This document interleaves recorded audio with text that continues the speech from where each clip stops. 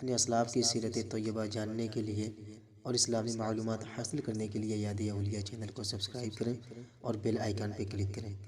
Video اچھی لگے تو لائک کمنٹ شیئر ضرور کر دیں۔ السلام علیکم ورحمۃ اللہ وبرکاتہ۔ امید کرتا ہوں کہ آپ سب بخیر ہوں گے۔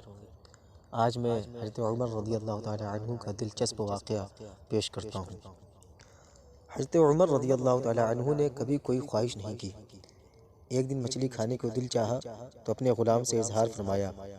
آپ کا غلام آپ کا بڑا وفادار تھا۔ ایک دن آپ نے اپنے غلام سے فرمایا، آج مچھلی کھانے کو دل کرتا ہے، لیکن مسئلہ یہ ہے کہ 8 میل دور جانا پڑے گا دریا کے پاس مچھلی لینے، اور 8 میل واپس آنا پڑے گا مچھلی لے کے۔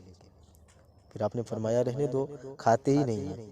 ایک چھوٹی سی خواہش کے لیے اپنے آپ کو اتنی مشقت میں ڈالنا اچھا نہیں لگتا کہ 8 میل جانا اور 8 میل واپس آنا صرف میری مچھلی کے لیے۔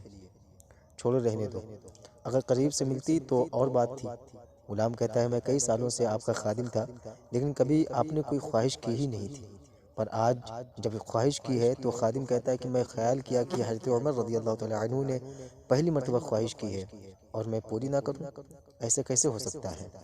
غلام کہتا ہے کہ حضرت عمر رضی اللہ تعالی عنہ ظہر کی نماز پڑھنے کے گئے تو مجھے معلوم تھا ان کے پاس کچھ مہمان آئے ہوئے ہیں، عصر ان کی وہیں ہو جائے گی۔ غلام کہتا ہے کہ میں نے حضرت عمر رضی اللہ تعالی عنہ کے پیچھے نماز پڑھی اور 2 رکعت سنت نماز پڑھ کر میں گھوڑے پر بیٹھا، عربی نسل کا گھوڑا تھا، دوڑا کر میں دریا پر پہنچ گیا۔ عربی نسل کے گھوڑے کو 8 میل کیا کہتے؟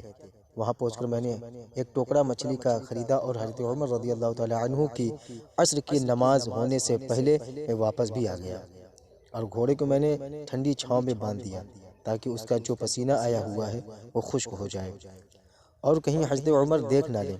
غلام کہتا ہے کہ گھوڑے کا پسینہ تو خشک ہو گیا، پر پسینے کی وجہ سے گرد و غبار گھوڑے پر جم گیا تھا، جو واضح نظر آ رہا تھا کہ گھوڑا کہیں سفر پہ گیا تھا۔ پھر میں نے سوچا کہ حضرت عمر رضی اللہ تعالی عنہ دیکھ نہ لیں، پھر میں جلدی سے گھوڑے کو کنویں پر لے گیا اور اس سے جلدی سے غسل کرایا اور اسے لا کر چھاؤں میں باندھ دیا۔ جب ہماری خواہشات ہوتی ہیں تو کیا حال ہوتا ہے، لیکن یہ خواہش پوری کر کے ڈر رہے ہیں کیونکہ ضمیر زندہ ہے۔ غلام کہتا ہے کہ جب عصر کی نماز پڑھ کر حضرت عمر رضی اللہ تعالی عنہ آئے، میں نے بھی نماز ان کے پیچھے پڑھی تھی۔ گھر آئے تو میں نے کہا، حضور، اللہ نے آپ کی خواہش پوری کر دی ہے، مچھلی کا بندوبست ہو گیا ہے، اور بس تھوڑی دیر میں مچھلی پکا کر پیش کرتا ہوں۔ کہتا ہے، میں نے یہ لفظ کہے تو حضرت عمر رضی اللہ تعالی عنہ اٹھے اور گھوڑے کے پاس چلے گئے، گھوڑے کی پشت پہ ہاتھ پھیرا، اس کی ٹانگوں پہ ہاتھ پھیرا، اور پھر اس کے کانوں کے پاس گئے اور گھوڑے کا پھر ایک کان اٹھایا، اور پھر مجھ سے کہنے لگے کہ تو نے سارا گھوڑا تو دھو دیا، لیکن کانوں کے پیچھے سے پسینہ صاف کرنا تجھے یاد ہی نہیں رہا، اور یہاں تو پانی ڈالنا بھول گیا۔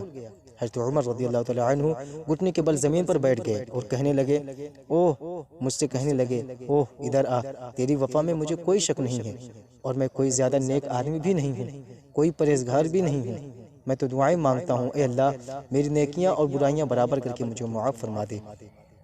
میں نے کوئی زیادہ تقوی اختیار نہیں کیا، اور بات کو جاری رکھتے ہوئے فرمانے لگے، یار ایک بات تو بتا، اگر یہ گھوڑا قیامت کے دن اللہ کی بارگاہ میں فریاد کرے کہ یا اللہ، عمر نے مجھے اپنی ایک خواہش پوری کرنے کے 16 میل کا سفر طے کرایا، اے اللہ میں جانور تھا، بے زبان تھا، 16 میل کا سفر ایک خواہش پوری کرنے کے لیے، تو پھر بتا میرے جیسا وجود کا کمزور آدمی مالک کے حضور گھوڑے کے سوال کا جواب کیسے دے گا؟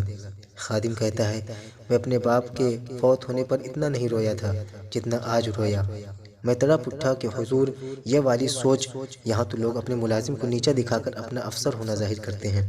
غلام رونے لگا۔ حضرت عمر کہنے لگے، اب اس طرح کر، گھوڑے کو تھوڑا چارہ اضافی ڈال دے، اور یہ جو مچھلی لے کے آئے ہو اسے مدینے کے غریب گھروں میں تقسیم کر دو، اور انہیں یہ مچھلی دے کر کہنا کہ تیری بخشش کی بھی دعا کریں اور عمر کی معافی کی بھی دعا کریں۔